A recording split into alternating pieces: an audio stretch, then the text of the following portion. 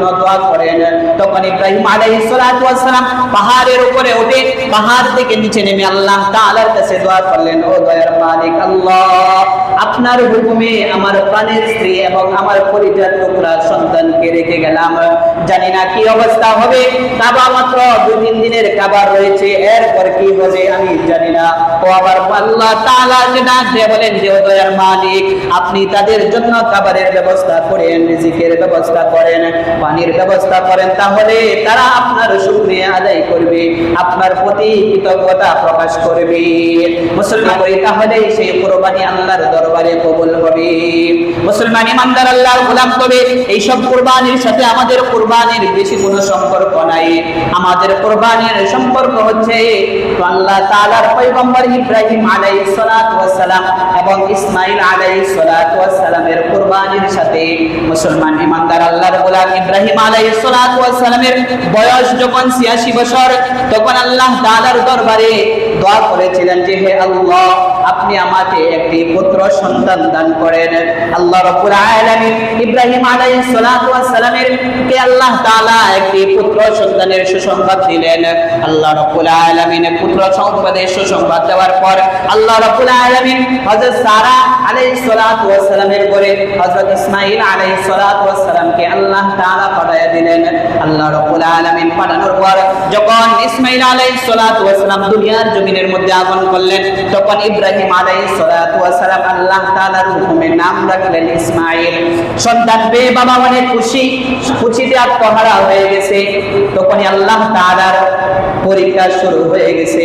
ইব্রাহিম আলাইহিস সালাতু ওয়াস সালামকে আল্লাহ তাআলা ডাক দিয়ে বলেন, হে ইব্রাহিম, দুনিয়ার শান্তি তো শান্তি নয়, দুনিয়ার সুখ তো সুখ নয়, দুনিয়ার খুশি তো খুশি নয়, আসল খুশি হচ্ছে আমি আল্লাহ তাআলার সাথে, আমি আল্লাহ তাআলার মহব্বতের সাথে, আমি আল্লাহ তাআলার ভালোবাসার সাথে। তখন আল্লাহ তাআলার হুকুম হয়ে যায়। আল্লাহ রাব্বুল আলামিন ইব্রাহিম আলাইহিস সালাতু ওয়াস সালামকে ডাক দিয়ে বলেন, হে ইব্রাহিম, তোমার স্ত্রী এবং তোমার সন্তান ইসমাঈলকে বাইতুল্লাহর কিনারার মক্কার গহীন জঙ্গলের মধ্যে রেখে আসো। ইসমাঈল আলাইহিস সালাতু ওয়াস সালাম হাজেরা এবং ইসমাঈল আলাইহিস সালাতু ওয়াস সালামকে নিয়ে ইব্রাহিম আলাইহিস সালাতু ওয়াস সালাম চলে গেলেন মক্কার গহীন জঙ্গলের মধ্যে। মক্কার গহীন জঙ্গলের মধ্যে যখন নিয়ে রেখে আসবেন, নিয়ে রেখে যখন চলে আসতেছেন, তখন হাজেরা পিছন দিয়ে ডাক দিয়ে বলেন, ও আল্লাহর পয়গম্বর, এটা কি আপনার ফয়সালা অনুযায়ী নাকি আল্লাহ তাআলার ফয়সালা অনুযায়ী আমাদেরকে এখানে রেখে যাচ্ছেন? তখন ইব্রাহিম আলাইহিস সালাতু ওয়াস সালাম ডাক দিয়ে বলেন যে এটা আমার কোনো ফয়সালা নয়, আমার কোনো সিদ্ধান্ত নয়, এটা হচ্ছে আল্লাহ তাআলার সিদ্ধান্ত, আল্লাহ তাআলার হুকুমে রেখে যাচ্ছি তোমাদেরকে। তখন হাজেরা ডাক দিয়ে বলেন, ও পয়গম্বর, আমাদের কাছে যে খাবার আছে মাত্র কয়েকটা খেজুর আছে আর অল্প পানি আছে, এটা হয়তো 2-3 দিন যাবে, এরপর কি হবে আমরা জানি না, আপনি আল্লাহ তাআলার কাছে আমাদের জন্য দোয়া করেন। তখন ইব্রাহিম আলাইহিস সালাতু ওয়াস সালাম পাহাড়ের উপরে উঠে পাহাড় থেকে নিচে নেমে আল্লাহ তাআলার কাছে দোয়া করলেন, ও দয়ার মালিক আল্লাহ, আপনার হুকুমে আমার প্রাণের স্ত্রী এবং আমার পরিজাত টুকরা সন্তানকে রেখে গেলাম, জানি না কি অবস্থা হবে। কাবা মাত্র 2-3 দিনের কাবা রয়েছে, এরপর কি হবে আমি জানি না। ও আবার আল্লাহ তাআলাকে ডাক দিয়ে বলেন যে ও দয়ার মালিক, আপনি তাদের জন্য খাবারের ব্যবস্থা করেন, রিজিকের ব্যবস্থা করেন, পানির ব্যবস্থা করেন, তাহলে তারা আপনার শুকরিয়া আদায় করবে, আপনার প্রতি কৃতজ্ঞতা প্রকাশ করবে। মুসলমান ইমানদার আল্লাহর গোলামের পর হাজেরা এবং ইসমাঈল আলাইহিস সালাতু ওয়াস সালাম গহীন জঙ্গলের মধ্যে বসবাস শুরু করে দিলেন। বসবাস শুরু করে দেওয়ার পর 2-3 দিন পর খাবার শেষ হয়ে গেছে। হাজেরা আলাইহিস সালাতু ওয়াস সালামের বুকের দুধ শুকিয়ে গেছে। ইসমাঈল আলাইহিস সালাতু ওয়াস সালাম ক্ষুধার যন্ত্রণায় কান্নাকাটি করে মা হাজেরা আলাইহিস সালাতু ওয়াস সালাম একবার সাফা পাহাড়ের মধ্যে যায় আর একবার মারওয়া পাহাড়ের মধ্যে যায়, এইভাবে সফর দেয়। সাফা পাহাড়ের মধ্যে যায়, গিয়ে দেখে যে পানির মতো কিছু দেখা যায় টিকটিক করে, কিন্তু কাছে গিয়ে দেখে যে পানি নাই। বালুর মধ্যে যে রোদ করে, রোদে চিকচিক করে পানির মতো দেখা যায়, কিন্তু পানি না। সাফাতে থেকে আবার সন্তানের কাছে এসে সন্তানের দেখে আবার মারওয়া পাহাড়ের মধ্যে চলে যায়, সেখানে গিয়ে দেখে না কোথাও পানি নাই। এইভাবে সাফা এবং মারওয়ার পাহাড়ের মধ্যে 7টি চক্কর দিলেন। 7টি চক্কর দেওয়ার পর গাইবে একটি আওয়াজ আসলেন যে হে হাজারা। তখন চতুর্দিকে হাজারা খোঁজাখুঁজি করতেছে। খোঁজাখুঁজি করার পর দেখে একটা টিলার কাছে একজন লোক দাঁড়িয়ে আছে। সেই লোক বলতেছেন যে হাজারা, তোমার কি হয়েছে, তোমার কি প্রয়োজন, কোনো সাহায্য লাগবে কিনা? তখন হাজারা ডাক দিয়ে বলবেন যে সাহায্য লাগবে, পানির প্রয়োজন। ইসমাইল আলাইহিস সালাতু ওয়াস সালাম আমার কলিজার টুকরা সন্তান ক্ষুধার যন্ত্রণায় কান্নাকাটি করতেছে। তখন জিবরাইল আলাইহিস সালাতু ওয়াস সালাম ডাক দিয়ে বলেন যে আমি হচ্ছি জিবরাইল আলাইহিস সালাতু ওয়াস সালাম, মানুষের আকৃতিতে আসছি। তখন আল্লাহ তাআলা ফেরেশতা জিবরাইল আলাইহিস সালাতু ওয়াস সালাম তার পায়ের গোড়ালি দিয়ে একটি গাঁথা দিলেন, একটি গর্ত দিলেন। দেওয়ার পর সেখান থেকে পানি বেরিয়ে আসলো। যখন পানি বেরিয়ে আসলেন তখন হাজরা আলাইহিস সালাতু ওয়াস সালাম সেই পানি নিজে পান করার সাথে সাথে বুকের মাঝে দুধ আসা শুরু হয়ে গেছে। মুসলমান ইমানদার আল্লাহর গোলাম, এরপরেও ইব্রাহিম আলাইহিস সালাতু ওয়াস সালামের পরীক্ষা শেষ হয় নাই। ইব্রাহিম আলাইহিস সালাতু ওয়াস সালামকে স্বপ্নে দেখালেন যে তোমার প্রিয় বস্তুকে কুরবানি করো। তখন ইব্রাহিম আলাইহিস সালাতু ওয়াস সালাম 100 কুরবানি করলেন, কিন্তু পরের দিন আবার স্বপ্নে দেখলেন যে তোমার প্রিয় বস্তুকে কুরবানি করো। তখন ইব্রাহিম আলাইহিস সালাতু ওয়াস সালামের আর বুঝতে বাকি রইল না।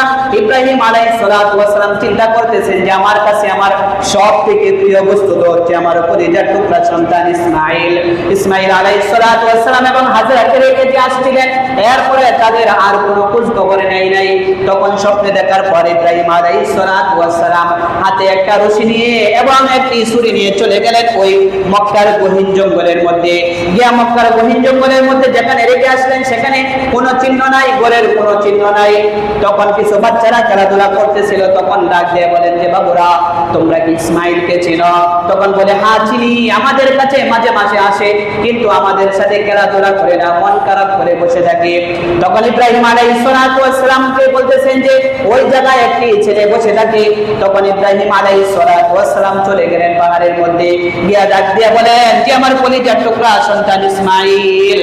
ইসমাইলকে দেখে সন্তান খুশি হয়ে যায়, কিন্তু সন্তানকে চিনতে পারে না, বাবাকে চিনতে পারে না। ইব্রাহিম আলাইহিস সালাতু ওয়াস সালাম বলেন যে আমি তোমার বাবা।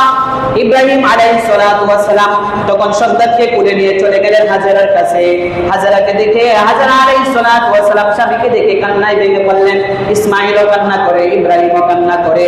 তখন ইব্রাহিম আলাইহিস সালাতু ওয়াস সালাম বললেন যে হাজেরা, মালিকের দাওয়াত আসছে, সন্তানকে সাজিয়ে দাও, মালিকের দাওয়াতে নিয়ে যাব।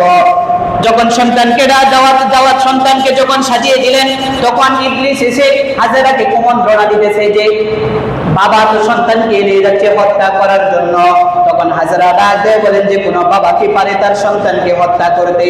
তখন ইবলিস ডাক দিয়ে বলেন যে এটা ইব্রাহিমের কোনো নয়, ইব্রাহিমের এটা হচ্ছে আল্লাহ তাআলার ইচ্ছা। আল্লাহ তাআলা হুকুম করেছেন তার সন্তানকে কুরবানি করার জন্য, জবাই করার জন্য।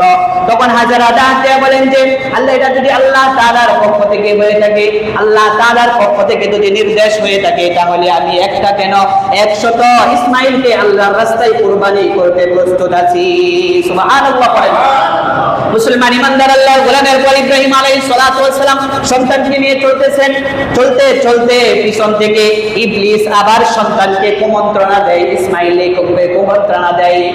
ইসমাইলকে বলতেছে যে তুমি জানো তোমার বাবা তোমাকে কোথায় নিয়ে যাচ্ছে, তোমাকে জবাই করার জন্য নিয়ে যাচ্ছে। তখন ইসমাইল আলাইহিস সালাতু ওয়াস সালাম বাবাকে ডাক দিয়ে বলেন যে বাবা, আমাকে কে যেন বলতেছে যে আমাকে নাকি জবাই করতে নিয়ে যাচ্ছেন। তখন ইব্রাহিম আলাইহিস সালাতু ওয়াস সালাম বলতেছেন যে এটা হচ্ছে ইবলিস তোমাকে ধোঁকা দিতেছে, পাথর মারো। এভাবে 3 জায়গায় ধোঁকা দিলেন, 3 জায়গায় পাথর মারেন। আমার আল্লাহ তাআলা ডাক দিয়ে বলেন ও জিবরাইল ফেরেশতারা, তোমরা সাক্ষী রাখো কিয়ামত পর্যন্ত যত হাজী আসবে দুনিয়ার জমিনের মধ্যে, বাইতুল্লাহর মধ্যে যত হাজী আসবে হজ করার জন্য, এই হাজী সাহেবরা যদি সাফওয়া এবং মারওয়া দৌড়াদৌড়ি না করে এবং এই পঙ্কর যদি না পারে, তাহলে কোন হাজীর হজ আমি আল্লাহ তাআলার দরবারে কবুল হবে না। সুবহানাল্লাহ। মুহতারাম হাজিরিন, আল্লাহ রাব্বুল আলামিন এটাকে স্মরণীয় করে রাখার জন্য আল্লাহ তাআলা সমস্ত হাজিদের জন্য এটাকে ওয়াজিব করে দিয়েছেন। সাফা এবং মারওয়া দৌড়াদৌড়ি না করলে এবং কবর না মারলে কোনো হাজির ও হজ কবুল হবে না। মুসলমান ইমানদার আল্লাহর গোলামের পর ইব্রাহিম আলাইহিস সালাতু ওয়াস সালাম সন্তানকে নিয়ে চলে গেলেন মিনার ময়দানে জবাই করার জন্য। মিনার ময়দানে যাওয়ার পর ইব্রাহিম আলাইহিস সালাতু ওয়াস সালাম সন্তানকে ডাক দিয়ে বলেন যে সন্তান, আমি তো স্বপ্নে দেখেছি তোমাকে জবাই করতেছি, এবং তোমার অভিমত কি? সন্তান ডাক দিয়ে বলেন ক্বালা ইয়া আবাতি ফাআল মা তুমার সাতাজিদুনি ইনশাআল্লাহু মিনাস সাবিরিন। ইসমাঈল আলাইহিস সালাতু ওয়াস সালাম ডাক দিয়ে বলেন যে আব্বা, আপনাকে যে নির্দেশ দেওয়া হয়েছে সেই নির্দেশ আপনি তাড়াতাড়ি পালন করুন। আপনি অবশ্যই আমাকে ধৈর্যশীলদের অন্তর্ভুক্ত পাবেন। সুবহানাল্লাহ পড়েন। মুসলমান ইমানদার আল্লাহর গোলামের পর ইসমাঈল আলাইহিস সালাতু ওয়াস সালাম ডাক দিয়ে বলেন যে বাবা, এই কথাটা যদি আপনি আমাকে আগে বলতেন তাহলে আমি মার কাছ থেকে বিদায় নিয়ে আসতাম। আমার মা অনেক কষ্ট করে আমাকে লালন পালন করেছে, এখন যদি আমাকে না পাই তাহলে আমার জন্য কান্নাকাটি করবে। তবে বাবা, আপনি আমাকে যখন জবাই করবেন আল্লাহ তাআলার নির্দেশ আর দেরি করা যাবে না। আপনি সুন্দর করে আমার চোখটা বেঁধে নেন যাতে করে আমার চেহারার মধ্যে আপনার নজর না লাগে, এবং আপনার পোশাকটাও সুন্দর করে পরিধান করে নেন, সামলিয়ে নেন, যাতে করে আমার শরীরের রক্ত আপনার শরীরের মধ্যে না যায়। এরপর ইব্রাহিম আলাইহিস সালাতু ওয়াস সালাম সন্তানকে শোয়া দিলেন। সন্তানকে শোয়া দেওয়ার পর যখন সন্তানের গলায় ছুরি চালাবেন, আল্লাহ রাব্বুল আলামিন ছুরিকে অর্ডার করে দিলেন, ও ছুরি, আমার ইসমাঈলের একটি পশম যেন না কাটে, আমার ইসমাঈলের যেন কোনো ক্ষতি না হয়। ইব্রাহিম আলাইহিস সালাতু ওয়াস সালাম সন্তানের গলার মধ্যে ছুরি লাগাই, কিন্তু ছুরি দিয়ে সন্তানের গলা কাটতেছে না। ছুরিটাকে পরীক্ষা করার জন্য এক পাথরের পাশে নিক্ষেপ করে দিলেন। একটা পাথরের মধ্যে লাগার সাথে সাথে পাথরটি দুই খণ্ড হয়ে গেল। এরপর আবার ছুরিটাকে হাতে নিলেন, হাতে নিয়ে বলতেছেন, যতক্ষণ পর্যন্ত আমার হাতে রক্ত না লাগবে ততক্ষণ পর্যন্ত আমি জবাই থেকে বিরত হব না। এরপর ইব্রাহিম আলাইহিস সালাতু ওয়াস সালাম সন্তানের গলার মধ্যে ছুরি লাগাইতে ওই দিক দিয়ে আমার আল্লাহ রাব্বুল আলামিন জিবরাইলকে ডাক দেবেন, ও জিবরাইল, তাড়াতাড়ি যাও, জান্নাত থেকে একটি দুম্বা নিয়ে যাও, গিয়ে ইসমাঈলকে সরায়া দুম্বাটা নিয়ে তুমি ইব্রাহিমের শরীর দিয়ে বসায়া দাও। সুবহানাল্লাহ পড়েন। মুসলমান ইমানদার আল্লাহর গোলামের পর ইব্রাহিম আলাইহিস সালাতু ওয়াস সালামের অবস্থা দেখে আল্লাহ তাআলার ফেরেশতা জিবরাইল আলাইহিস সালাতু ওয়াস সালাম জান্নাত থেকে দুম্বা নিয়ে আসছেন। চিন্তা করতেছেন যাইতে যদি দেরি হয়ে যায় আর ইসমাঈল যদি জবাই হয়ে যায়, এইজন্য জিবরাইল আলাইহিস সালাতু ওয়াস সালাম বললেন আল্লাহু আকবার, আল্লাহু আকবার। তখন ইব্রাহিম আলাইহিস সালাতু ওয়াস সালাম এই আওয়াজ শুনে কাছের দিকে মুখটা দিয়ে বললেন লা ইলাহা ইল্লাল্লাহু আল্লাহু আকবার। এই কথা শুনে ইসমাঈল আলাইহিস সালাতু ওয়াস সালাম বললেন আল্লাহু আকবার, আল্লাহু আকবার। ফেরেশতা কুল বললেন আল্লাহু আকবার ওয়ালিল্লাহিল হামদ। তখন জিবরাইল আলাইহিস সালাতু ওয়াস সালাম জান্নাত থেকে দুম্বা নিয়ে এসে ইব্রাহিম আলাইহিস সালাতু ওয়াস সালামের শরীর নিতে পড়ায়া দিলেন, ইসমাঈলকে সরায়া দিলেন, আর দুম্বা জবাই হয়ে গেছে। তখন আল্লাহ রাব্বুল আলামিন ডাক দিয়ে বলেন ওয়ানাদাইনা ওয়া ইব্রাহিম কদ সাদাকতা রুইয়া ইন্না কাযালিকা নাজজিল মুহসিনিন। হে ইব্রাহিম, তুমি তো তোমার স্বপ্নকে বাস্তবায়ন করেছো, আমি এইভাবে পূর্ণ বান্দাকে পুরস্কার দিয়ে থাকি। যাও যাও যাও, মালিকের দাওয়াতে আসছিলে, মালিকের দাওয়াত থেকে এই দুম্বা তোমাদের জন্য হাদিয়া দিলাম, তুমি এবং তোমার স্ত্রী সন্তান মিলে সেখান থেকে আহার করতে থাকো। সুবহানাল্লাহ বলেন। মুসলমান ইমানদার আল্লাহর গোলামের পর আল্লাহ রাব্বুল আলামিন বলেন, আল্লাহ তাআলা বলেন যে জিলহজ মাসের 8 তারিখ থেকে 13 তারিখ, জিলহজ মাসের 9 তারিখ থেকে 13 তারিখ পর্যন্ত প্রত্যেক নামাজের পরে এই তাকবীরে তাশরিক মুসলমান পুরুষের জন্য একবার করে জোরে বলা এবং মহিলাদের জন্য আস্তে বলা আল্লাহ তাআলা ওয়াজিব করে দিয়েছে। সুবহানাল্লাহ। এই ছিল ইব্রাহিম এবং ইসমাঈল আলাইহিস সালাতু ওয়াস সালামের কুরবানি। আল্লাহ তাআলার সন্তুষ্টির জন্য যেভাবে তাকওয়া অবলম্বন করে আল্লাহ তাআলার কাছে পয়গম্বর ইব্রাহিম আলাইহিস সালাতু ওয়াস সালাম পরীক্ষা দিয়েছিলেন, আমাদেরকে সেভাবে আল্লাহ তাআলার তাকওয়া অবলম্বন করে অন্তরের মধ্যে আল্লাহ তাআলার সন্তুষ্টি নিয়ে আমরা যদি আল্লাহ তাআলার দরবারে কুরবানি করতে পারি তাহলে আল্লাহর দরবারে কুরবানি হবে, এছাড়া আমাদের কুরবানি কবুল হবে না। আল্লাহ তাআলা আমাদের সবাইকে আল্লাহ তাআলার সন্তুষ্টির জন্য, আল্লাহ তাআলার রাজি খুশি করার জন্য আমাদেরকে কুরবানি করার তৌফিক দান করেন। সবাই বলি আমিন। ওয়া আখিরু দাওয়ানা আলহামদুলিল্লাহি রাব্বিল আলামিন।